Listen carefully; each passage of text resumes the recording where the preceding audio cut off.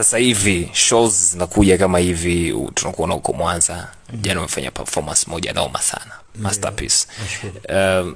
Shows zinavyokuja hivi, pengine tuna mikwaju mipya na zitakuwa inatoka back to back, kwa sababu project yako ya mwisho kutoka, kumbukumbu zangu zinani address kama ni miezi mitatu minne nyuma. Baada ya hapo sasa kuna project zingine zitaendelea kufuata hapo, au zitakuwa zinatoka pale tukijisikia? Ya ile project ambayo mlikuwa mnaiona iliyotoka ilikuwa ni kwa ajili ya kusafisha tu koo. Unajua tunakuwa tunarekodi vitu vingi vinakuwepo ndani.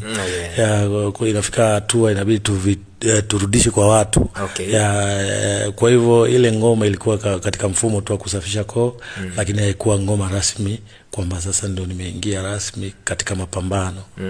Lakini ngoma mpya ni nyingi na zinakuja. Noma. Kanda ya Ziwa inaonekana ni sehemu ama imekuwa ngome kubwa sana ya wasanii wengi kupiga maokoto kwenye shows.